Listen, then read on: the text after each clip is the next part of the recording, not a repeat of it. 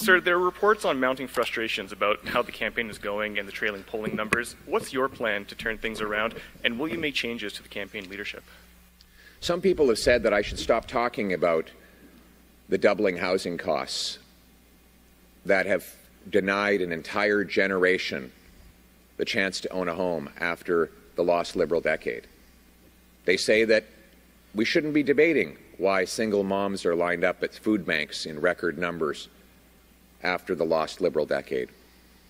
They suggest that we shouldn't debate why 50,000 of our citizens have lost their lives to drug overdoses under the radical Liberal drug policies, that we should just forget that after the lost Liberal decade of rising costs and crime and a falling economy under America's thumb, that we should just ignore all of those things.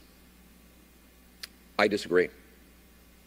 My purpose in politics is to restore Canada's promise so that anyone from anywhere can achieve anything. It's hard work gets you a great life and a beautiful, affordable home on a safe street, protected by brave troops under a proud flag. All the things that we need to do to respond to the economic aggression of the Americans are things I've been talking about for 10 years. I was standing up for pipelines 10 years ago when Mark Carney was opposing them. I've been saying that we need to approve resource projects quickly for the last 10 years while Mark Carney was supporting C-69 and the energy cap and other Liberal policies. I've stood up for tax cuts that will unleash growth in our economy over the last 10 years, in fact, over my entire career. The threats, the unjustified threats by President Trump further strengthened the argument in favor of the Canada First agenda that I've been fighting for my whole life.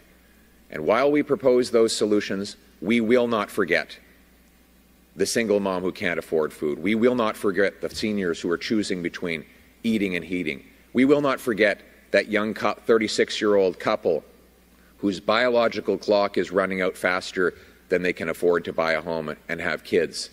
We will not forget the families terrorized by crime and drugs, and so we will continue, despite calls to the contrary, to talk about those things, even if I am the only leader in the country that offers any change.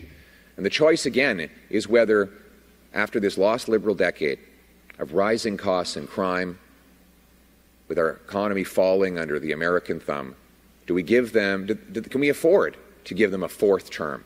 Or is it time to put Canada first for a change with a new Conservative government that will restore Canada's promise?